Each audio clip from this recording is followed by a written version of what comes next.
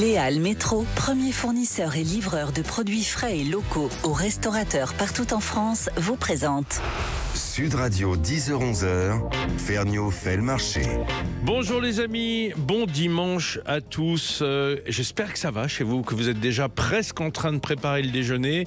Et vous le savez, Ferniaud fait le marché, c'est l'occasion de se plonger un petit peu dans l'actualité de l'agroalimentaire et de l'agriculture, à la suite du salon de l'agriculture. Mais il faut faire un état des lieux sur les produits qu'on aime bien. Moi, il y en a un qui me touche particulièrement, vous le savez, c'est la patate. Et la pomme de terre ne va pas très bien. Non, elle va pas très bien, la pomme de terre. Elle a beau être le légume préféré des Français, elle a beau être la France a beau être le premier exportateur au monde de pommes de terre, c'est un marché qui est un peu compliqué, qui est un petit peu en berne, et on va essayer de comprendre pourquoi la frite, ah oui, la frite a la patate, mais la patate, elle n'a pas la frite. Sud Radio, Ferniaud fait le marché. Oui, c'est pas réflexif, comme on disait en cours de mathématiques.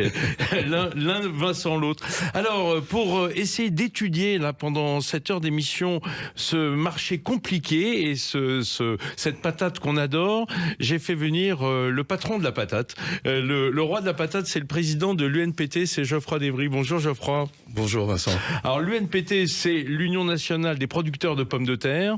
Autrement dit, c'est l'ensemble de ceux qui mettent des pommes de terre sur nos tables et dans nos cornets de frites et dans tous les secteurs en France. C'est exactement ça. À partir du moment où il y a un tubercule en France, aujourd'hui, on est là pour essayer de promouvoir et défendre ce beau métier et cette belle culture qu'est la pomme de terre.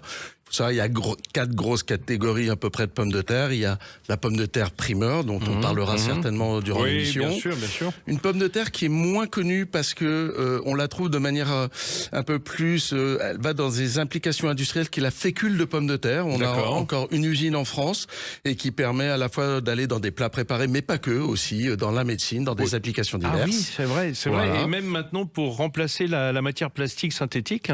Exactement.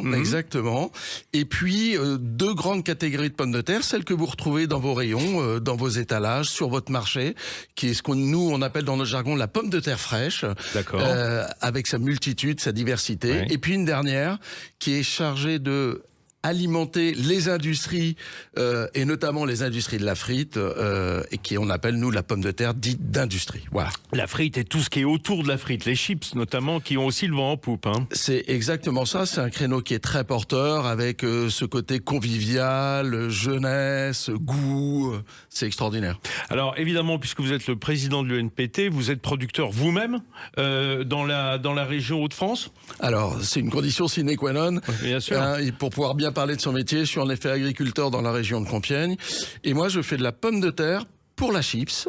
Oui.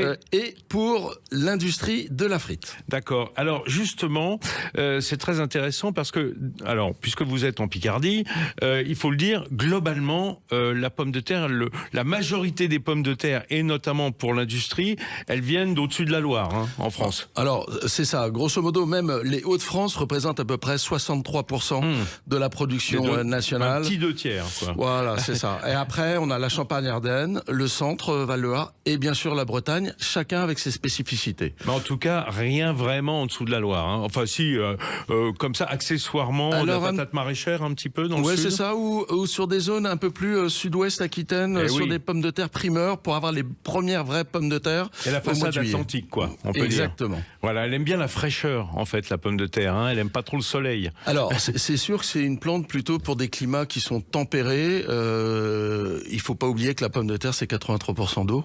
Oui. Donc, ça a besoin quand même un petit peu de cette ressource naturelle.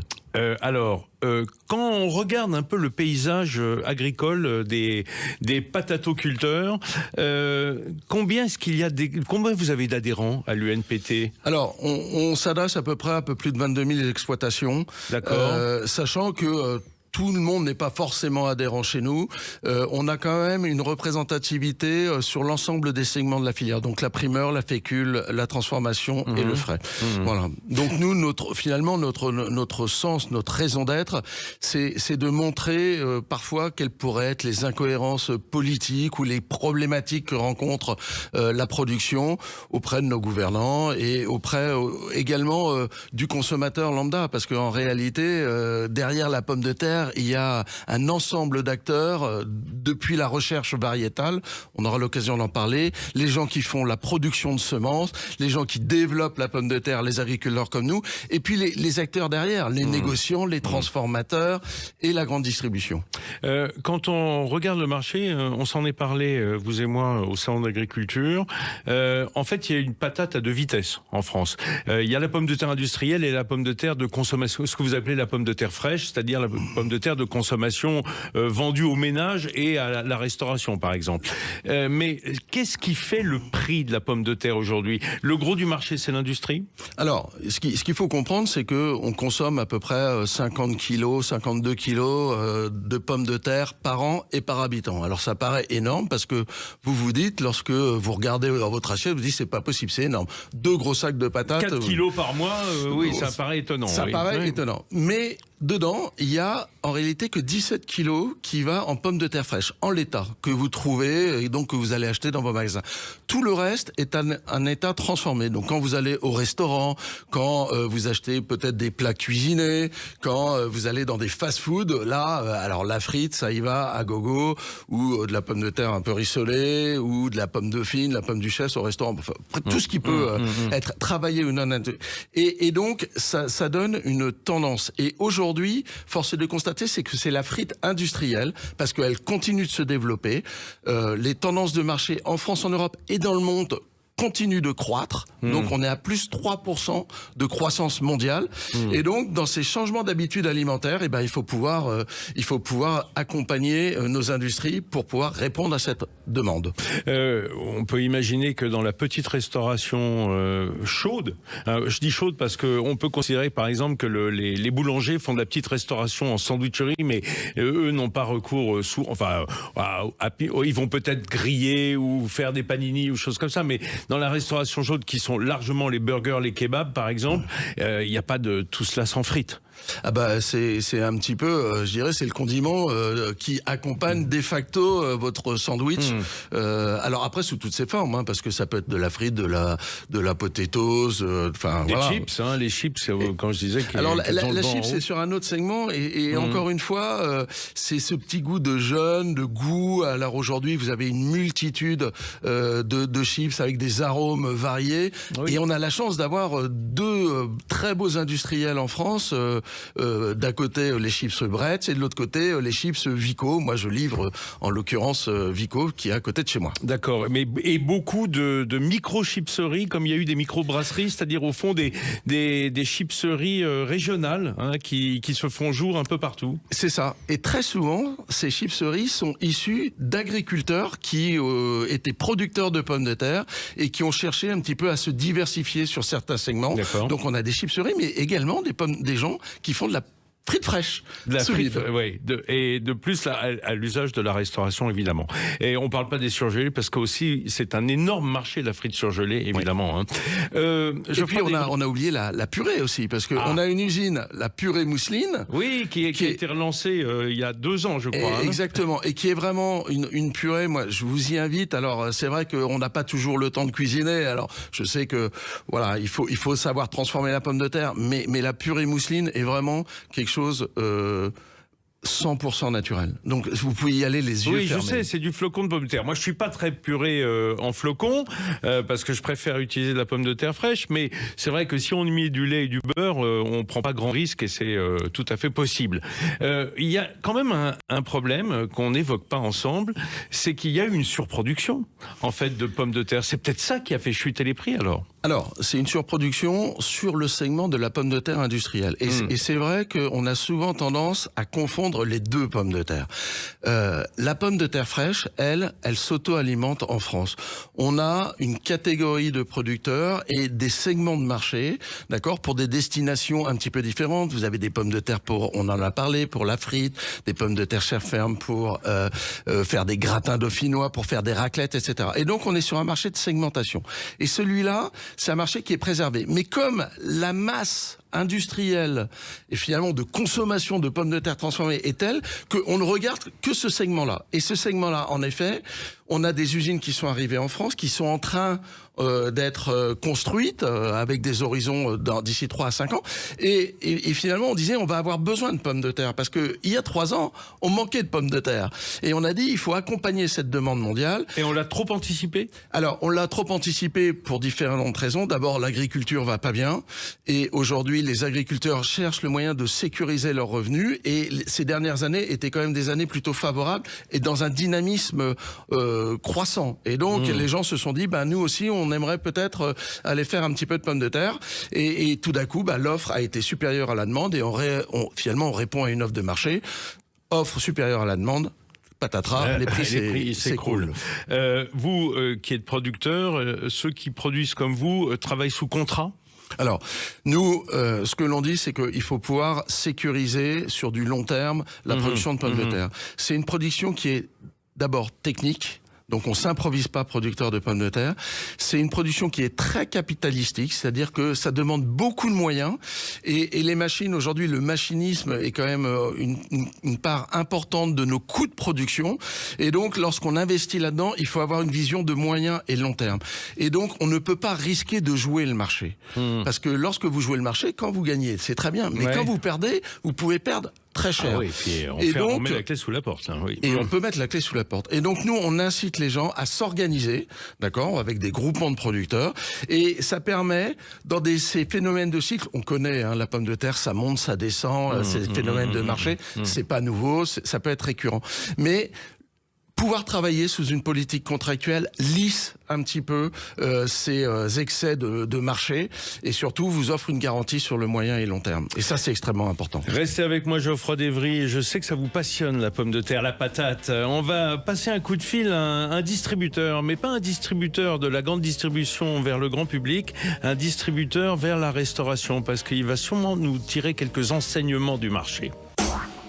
Léal Métro, premier fournisseur et livreur de produits frais et locaux aux restaurateurs partout en France, vous présente Sud Radio 10h-11h, Ferniaud fait le marché.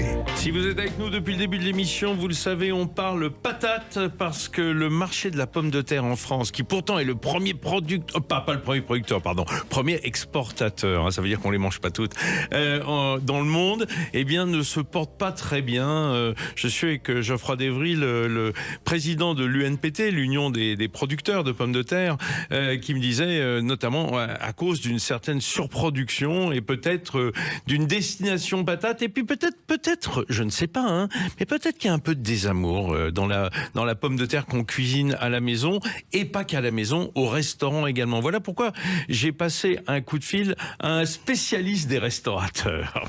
Sud Radio, Ferniaud fait le marché. Bonjour Olivier Boivin.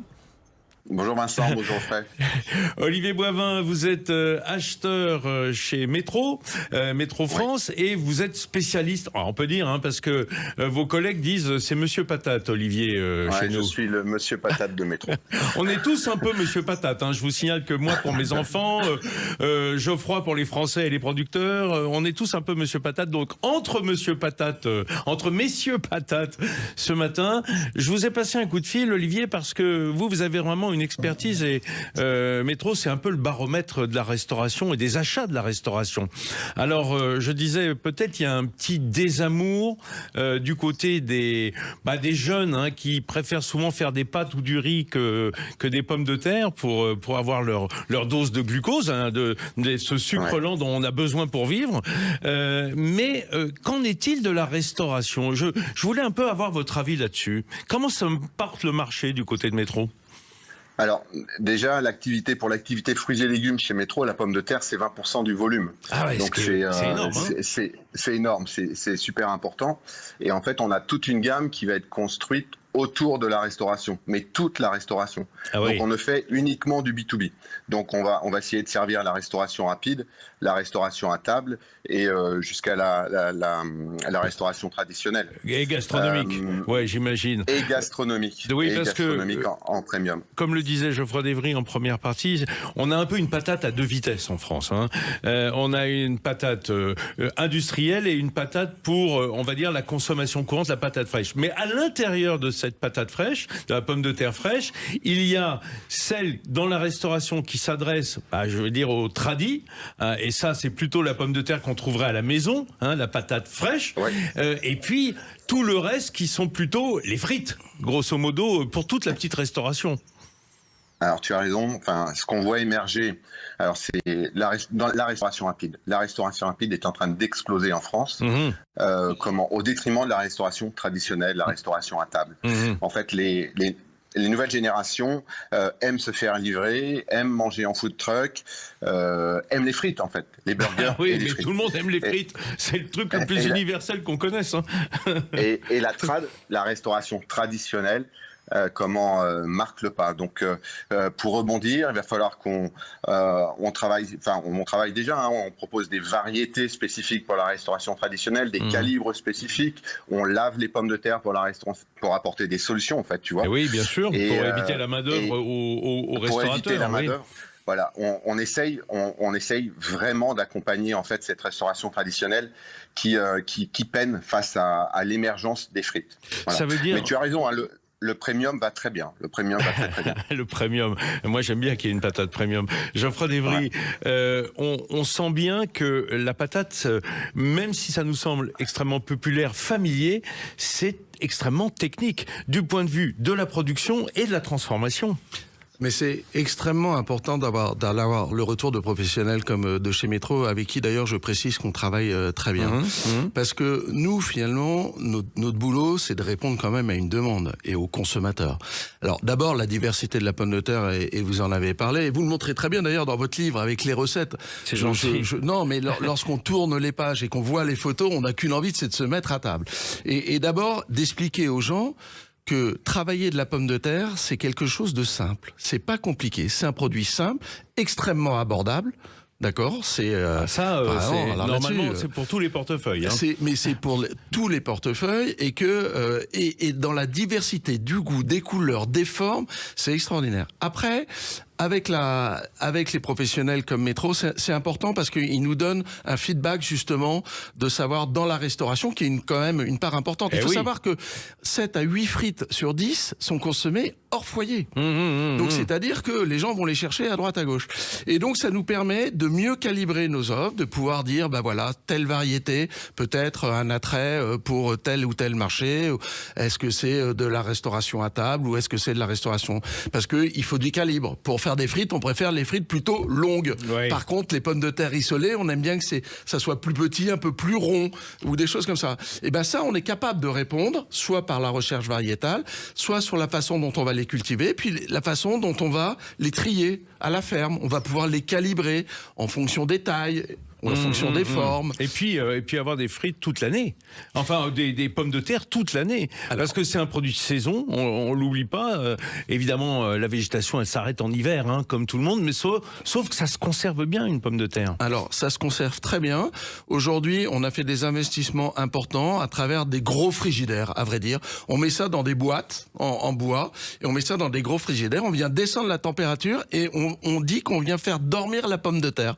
On la fait rentrer en dormance, et grâce à ça on peut l'amener alors pour les industriels c'est généralement jusqu'au mois de mai-juin, mais pour pouvoir permettre la saison de transition, parce que très rapidement, la pomme de terre industrielle, vous l'aurez compris, elle a sa part de marché, mais sur la pomme de terre fraîche, dès le mois de début juin, on a les primeurs qui vont commencer à arriver, et donc des nouvelles productions de pommes de terre qui sont actuellement en terre.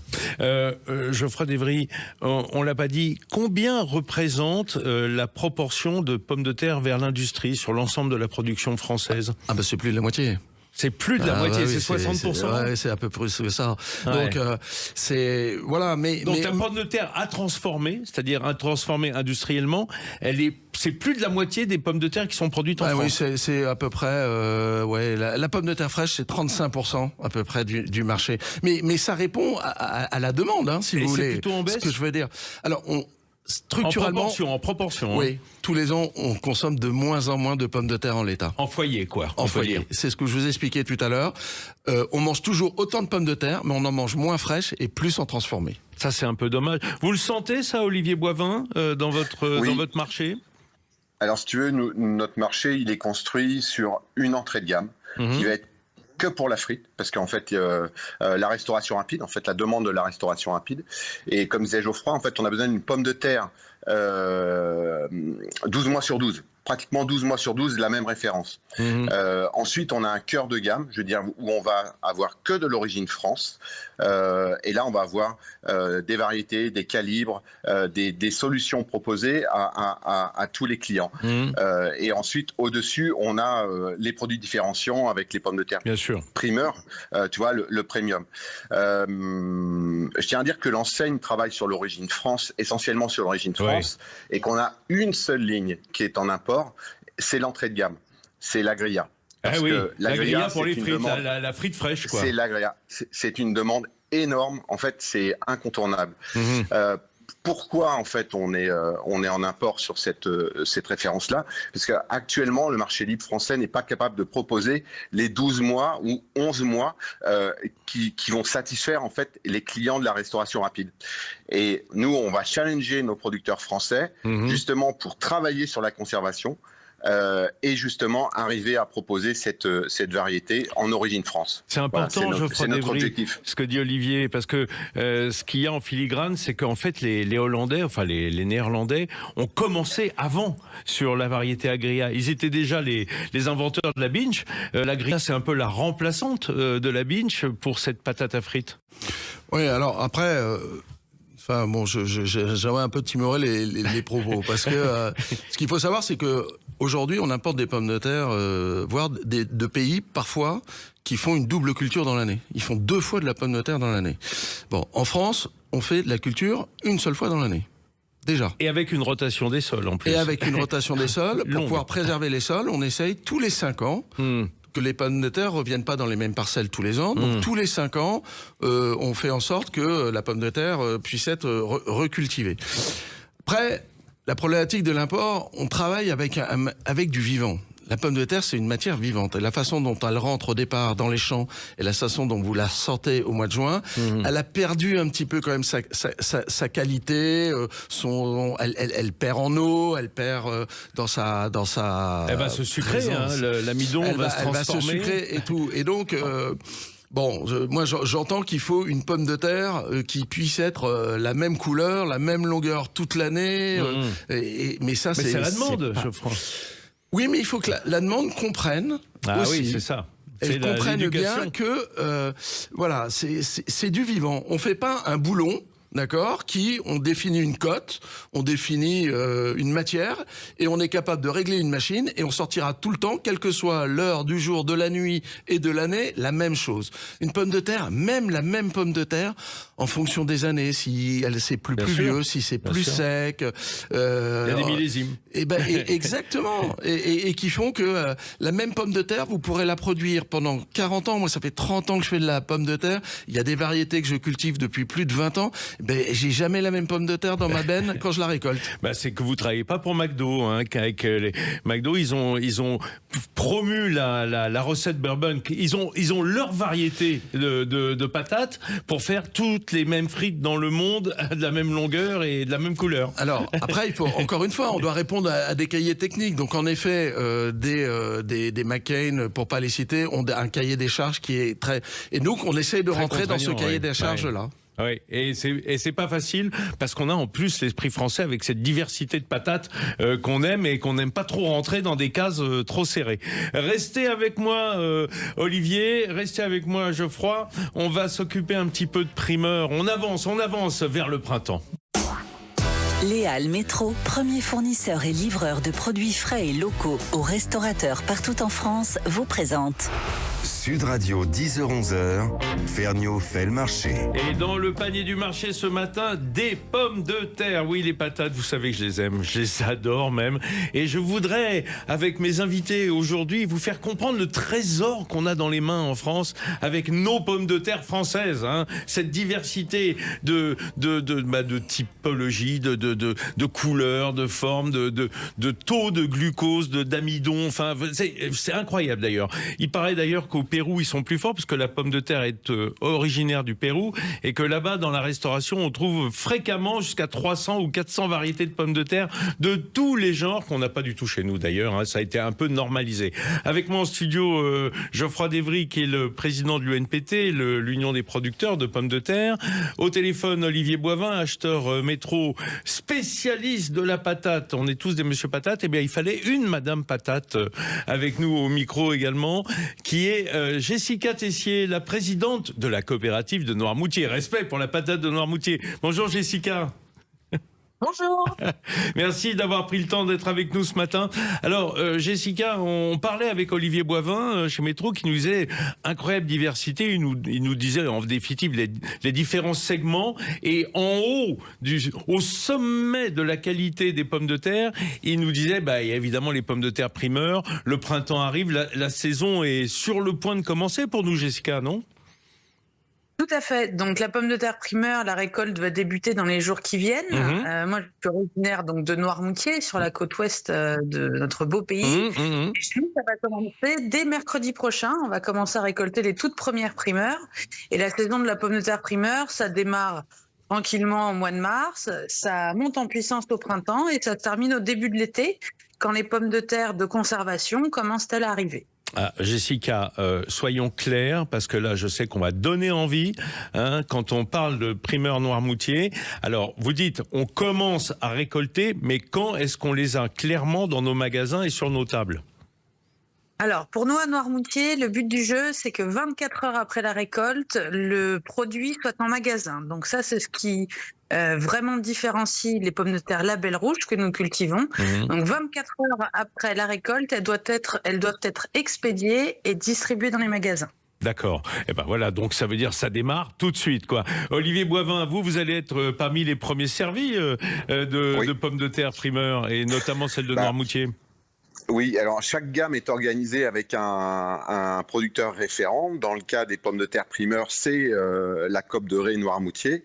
Et en fait, pour nous, l'objectif, c'est Pâques. Donc, tous les ans, on veut proposer pour Pâques une asperge et une pomme de terre primeur. Et en fait, Noirmoutier était dans nos locaux avant-hier. Pour l'organiser. Voilà, c'est normal, c'est le début de saison. Geoffroy, inutile de dire que c'est une formidable campagne de communication pour la pomme de terre, le primeur, parce que c'est cette saisonnalité dont on rêve. On a toujours l'impression que la pomme de terre, comme on l'a dans nos caves, dans nos celliers pendant tout l'hiver, il se passe pas grand-chose, on va dire, sur le plan de la com, mais tout d'un coup, c'est comme les asperges, c'est comme les petits pois, la pomme de terre primeur, c'est du maraîchage, quoi. Ah, mais c'est le caviar de la pomme de terre, on va pas se mentir. Donc c'est quelque chose qui a du goût. Et puis Jessica l'a dit, la particularité d'une primeur, c'est que c'est une pomme de terre encore peleuse, donc elle a ce petit goût de noisette qui est extraordinaire, et elle vient bien en complément. Elle va pas en concurrence avec les pommes de terre, parce qu'il y a une vraie segmentation dans la pomme de terre fraîche. Donc quand vous allez faire vos courses, vous voyez des pommes de terre pour faire de la purée, des pommes de terre pour faire de la frite. Elles sont travaillées un petit peu différemment, et là-dessus, vous avez le caviar, la Rolls de la patate, je dirais ça, c'est cette pomme de terre primeur qui a une saisonnalité très courte, et il faut préserver parce que c'est une petite production et il faut pas la confondre avec, on a parlé des pommes de terre de frites, on a parlé de choses comme ça, mais là c'est vraiment un petit segment, c'est notre richesse, une pépite nationale, et beaucoup de gens nous ont envie d'avoir ce type de pommes de terre, donc il faut lui faire vraiment de la place dans les magasins, dans les rayonnages, et allez-y, allez la goûter. Ça coûte, voilà, ça coûte pas très cher. C'est un peu plus cher que ce que vous avez, mais vous allez avoir un retour dans votre palais d'une manière gustative extraordinaire. Ça oui, pépite. d'ailleurs, je voudrais lever une confusion, cher Geoffroy, avec Jessica au téléphone. Évidemment, il y a eu toute cette, on va dire, ce buzz autour des ventes aux enchères de la Bonnotte de Noirmoutier, qui est une des variétés. Je crois que ça représente environ 5% de la production, Jessica. Et celle-là, elle est très chère. C'est là, quand on parle de Rolls des pommes de terre, oui, elle est plus chère que les autres, mais la plupart des pommes de terre primeurs, c'est de la Sirtema, qui est une variété tout à fait connue et abordable. Donc, n'ayez pas peur d'aller acheter de la primeur de Noirmoutier. Ça sera pas au prix de la Bonnotte. On peut dire ça, Jessica ?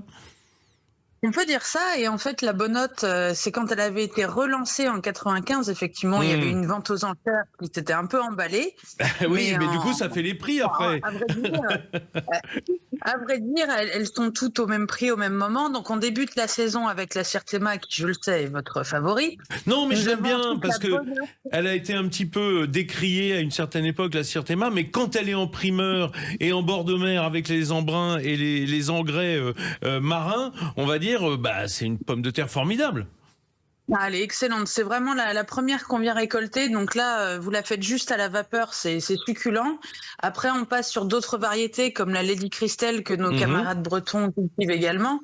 Ça va être le même type de variété. Ça va être relativement sucré. Puis on n'est pas sur des pommes de terre avec des taux de matière sèche ou d'amidon très élevés. Donc ça a une sucrosité qui est vraiment très particulière. Olivier Boivin, vous chez Métro, je suppose que comme vous suivez énormément la saisonnalité, que vous avez des contrats avec des maraîchers, etc. Même pour la restauration de qualité, tout d'un coup, ça redonne un petit coup de projo sur la pomme de terre, tout ça. Alors, dans la gamme premium, on est organisé avec plusieurs producteurs référents en conso, donc la famille Bayard, Caisbourg. Mais si tu veux, le printemps, c'est vraiment, comme tu le disais, la saison des pommes de terre primeurs. Ça veut dire qu'on va venir acheter des caissettes si on est restaurateur, comme on achèterait des petits pois ou des artichauts, ou des asperges. Exactement. Et nous, on va promouvoir en fait les produits, donc la grenaille et la moyenne. Et la Bonnotte, parce qu'on fait on fait une OP spéciale pour la Bonnotte, à ce moment-là. Eh oui, bien sûr.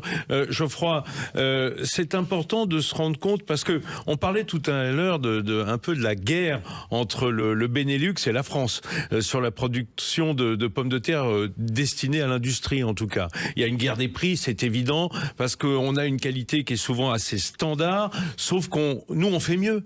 On fait mieux et on fait beaucoup plus divers en France. C'est ça qui est intéressant. C'est qu'on peut pas parler de la patate ou de la pomme de terre. Il faut dire les pommes de terre. Alors là, vous avez entièrement raison. Il faut parler des pommes de terre. Et d'ailleurs, si on vient cultiver, et même des entreprises, là, pour parler de pommes de terre industrielles, viennent chercher des pommes de terre en France, c'est qu'on a vraiment le terroir idéal. Et un savoir-faire, j'imagine. Et un savoir-faire vraiment particulier. Mais encore une fois, la pomme de terre d'industrie, c'est celle qui domine peut-être le marché. Il faut regarder le marché français, mais il faut regarder le marché européen. Alors que la pomme de terre fraîche, elle, on en exporte énormément. Il y a tout un travail de segmentation qui est fait, de critères de qualité, de présentation de peau, il y a toute une recherche derrière, et ça vaut quelque chose. Et ce travail, cette connaissance, cette pomme de terre, elle a un prix, et ce prix, pour nous, parfois 10 centimes pour le consommateur, c'est pas grand-chose, mais pour nous, c'est énorme. Oui, ça permet de dégager un revenu ou pas. Mais c'est exactement ça. Dans tout le monde agricole, on est sur les mêmes problématiques.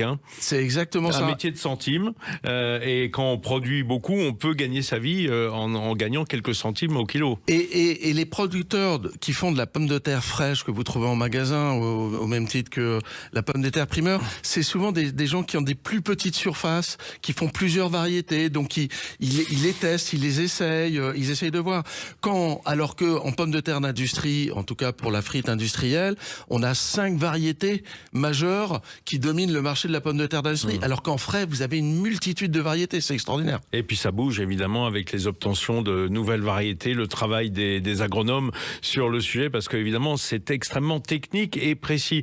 Jessica, un dernier mot. Quand on parle de pommes de terre primeur, on est obligé de parler de climatologie. Comment ça s'est passé? Comment ça se présente cette année sur la frange atlantique? Alors, vous le savez, ça n'a pas été simple. Il y a eu d'énormes précipitations cet hiver. Nous, on a la chance, et la plupart des producteurs qui sont sur les bords de mer ont cette chance-là, c'est d'avoir des sols qui drainent naturellement, des sols assez sableux, donc qui nous permettent tout de même de travailler. Et nous, en Noirmoutier, on a travaillé entre les gouttes. Voilà, c'est ce que je dis depuis 3 mois. On travaille entre les gouttes, mais c'est un métier qui n'est pas simple. Une pomme de terre primeur de qualité, ça se mérite. Donc c'est pour ça, quelquefois, que les consommateurs peuvent peut-être la trouver un peu chère. C'est parce qu'elle est plantée à la main, elle est récoltée sur des machines avec une récolte à la main aussi. Voilà, c'est très très fastidieux comme travail. On la protège l'hiver parce que même sur des franges côtières comme les nôtres où il ne gèle pas, il fait quand même assez froid. Donc là, vous avez 5 degrés, 60-70 km/h de vent. Bon, c'est limite. Donc il faut faire ce qu'il faut et ça nécessite beaucoup de travail. Écoutez Jessica, je vous remercie d'avoir pris le temps de nous répondre parce que je vous écoute et j'ai l'impression d'entendre une éleveuse. C'est comme si vous éleviez des animaux qui sont les pommes de terre, avec le même amour, le même soin que vous apportez à vos petites patates là, qui sont sous terre bien au chaud. Enfin, on le souhaite quand l'hiver est là. Merci beaucoup d'avoir été avec nous. Merci Olivier Boivin de chez Métro pour votre regard sur les achats de la restauration française. C'est sûr que du côté de la restauration rapide, il y a énormément de demandes et qu'on la soutient quand même pas mal jusqu'à la gastronomie avec de belles variétés de pommes de terre. On reste ensemble parce qu'on va terminer avec la frite. Vous l'avez compris, forcément, un cornet de frites en fin d'émission, c'est presque obligatoire. Les Halles Métro, premier fournisseur et livreur de produits frais et locaux aux restaurateurs partout en France, vous présente Sud Radio, 10h-11h, Ferniaud fait le marché. Un marché spécial pommes de terre ce matin. Et je vous disais en début d'émission, franchement, que la pomme de terre n'a pas la patate. Eh bien, je m'attendais à bien pire que ça. Franchement, Geoffroy Devry, président de l'UNPT, le tableau n'est pas si noir que cela quand même. Alors, on subit des cycles de marché. En ce moment, c'est quand même très compliqué. Oui, on va pas se mentir pour les Français. Mais non, mais surtout la patate est le plus beau, je dirais, ingrédient ou en tout cas aliment anti-inflation, anti tout ce que vous voulez, ça vaut pas cher. Pour 1,40 € à peu près, vous nourrissez 4 personnes. Oui, c'est une baguette ou des patates. Voilà, ou un kilo de patates. Mais ouais, non, mais c'est énorme. Non, mais c'est intéressant parce que Parmentier, quand il a commencé à travailler sur la pomme de terre, il le faisait pour remplacer le blé qui manquait à l'époque et trouver une solution pour les boulangers avec les pommes de terre. Donc, on retombe toujours sur ces deux sucres lents que sont le blé et la pomme de terre et on n'en sort pas, et tant mieux d'ailleurs, parce que tout le monde aime ça. Alors, il y a une chose que les gens préfèrent encore à la pomme de terre dans son ensemble, c'est les frites. Moi, je milite et je dis que la frite a conquis le monde. Les fast-foods, c'est pas les hamburgers qui ont conquis le monde, c'est la frite. Et justement, vous le savez, chaque année, et je suis plus que heureux et partie prenante d'y être encore cette fois-ci après l'été, là, enfin à la fin de l'été, en septembre, eh bien, il y aura le championnat du monde de la frite à Arras. C'est la 4e édition, je crois. Et je suis avec le créateur de ce concours, Christian Berger. Bonjour Christian. Bonjour Vincent. Je dis 4e édition, c'est ça, non ? Ouais, c'est la 4e édition et j'avais une phrase en tête, si la pomme de terre n'a pas vraiment la patate, et c'est vrai en ce moment, en tout cas la patate à la frite à Arras le 26 septembre. Et ben voilà, comme ça on retombe sur nos pattes hâte. Alors mon cher Christian Berger, il faut rappeler quand même que c'est né d'une initiative du pays d'Arras, enfin de la commune et de la région autour d'Arras, ce championnat du monde, parce que vous vous sentez être l'épicentre du monde de la frite.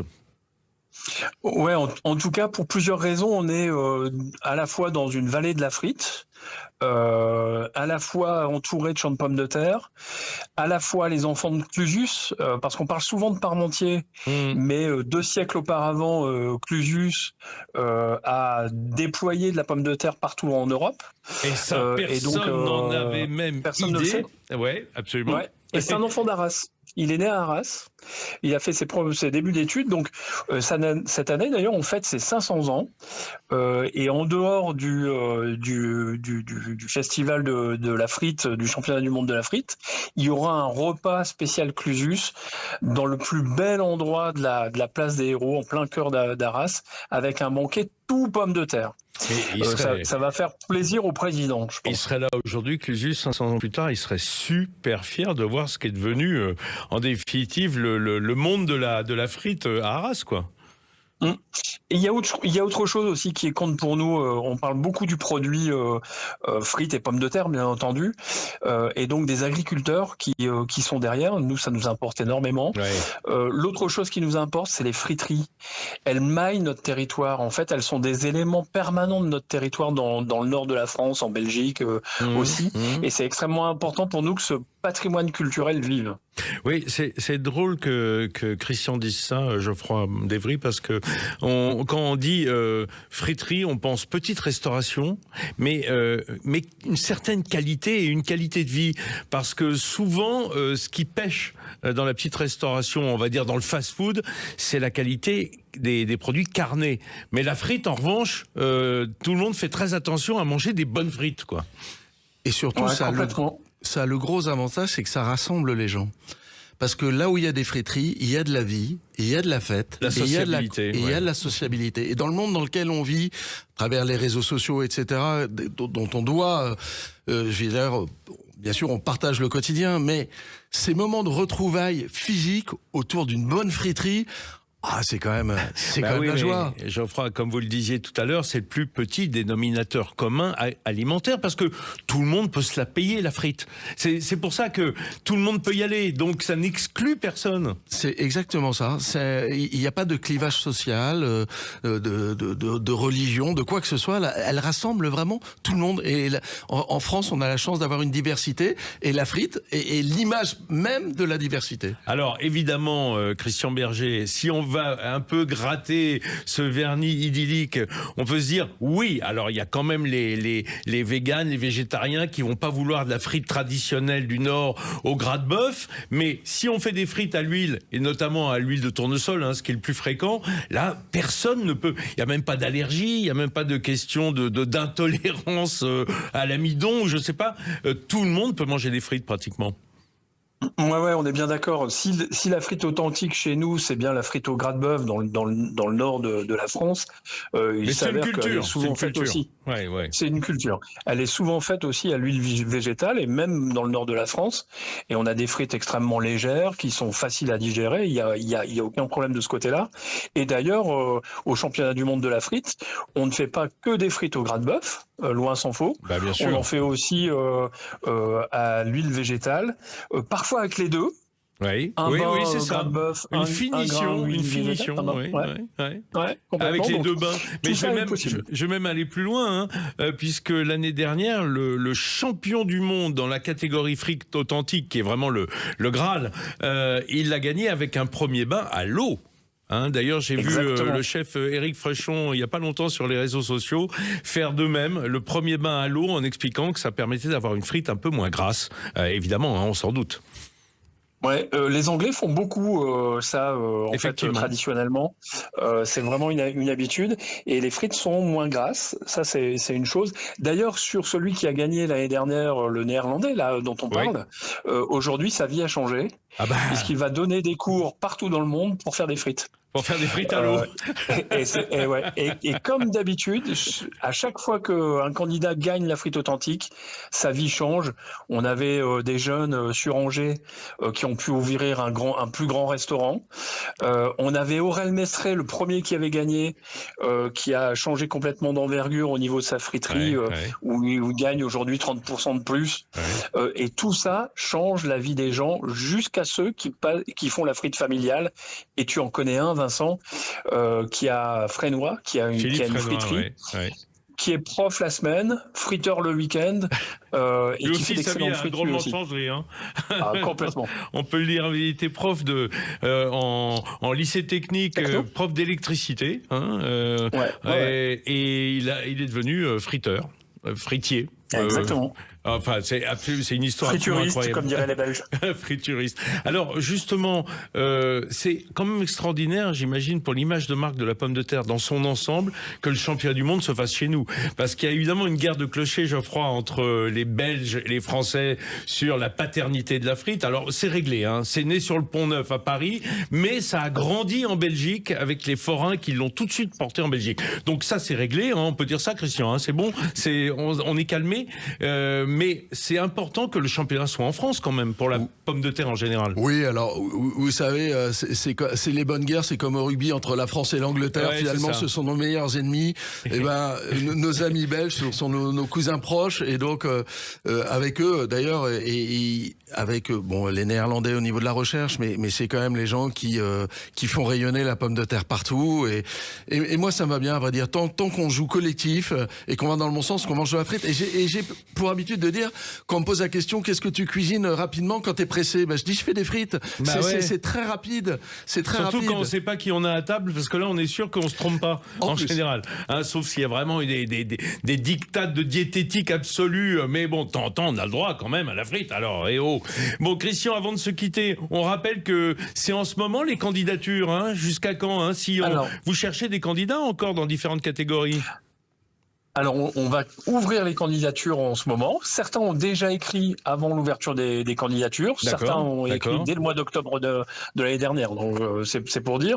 Mais là, on ouvre officiellement les candidatures jusqu'au mois de mai. Je pense, mais peut-être que tu es au courant, Vincent, qu'il y aura un petit clip d'ailleurs pour annoncer ce lancement des candidatures, où on te retrouvera avec le président du jury de cette année, Loïc Ballet. Loïc Ballet de Télématin, oui. Ouais. Mon successeur. Et donc on va lancer. Effectivement, et moi en ma qualité de MC officiel cette année du championnat du monde de la frite et porte-parole de tous les friteux, on est très heureux effectivement de se retrouver fin septembre à Arras. Mais d'ici là, il faut des candidats, hein, et dans toutes les parties de ce concours. Merci Christian Berger. Je souhaite un bel été aux couleurs de la frite. Ça, je suis sûr que dans les friteries des Hauts-de-France, ça va y aller comme d'habitude. Merci Geoffroy d'être venu nous voir ce matin. Enfin, on vous a entendu plaider pour la pomme de terre, les pommes de terre de France. Elles ont un savoir-faire inimitable et les producteurs, on va espérer que l'année soit meilleure, celle qui se présente. Ouais, en tout cas, essayons de faire en sorte qu'on puisse être justement rémunéré pour tout ce travail, parce qu'on en a besoin si on veut pouvoir continuer à faire de la pomme de terre. Voilà, et c'est comme ça dans toute l'agriculture française, hein. Si on se bat, normalement, on devrait y arriver, hein. Et surtout manger des pommes de terre, évidemment.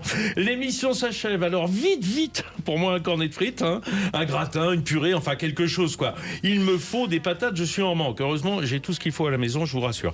Mais avant ça, direction les infos de 11h, et ensuite on retrouve l'ami Jean-Marie Bordry en direct du salon Franchise Expo. Il donne la parole aux entrepreneurs. Allez, bon dimanche à tous, à l'écoute de nos programmes, et bon déjeuner avec des patates. Mais tout le monde aime ça. Léal Métro, premier fournisseur et livreur de produits frais et locaux aux restaurateurs partout en France, vous a présenté Sud Radio, Ferniaud fait le marché.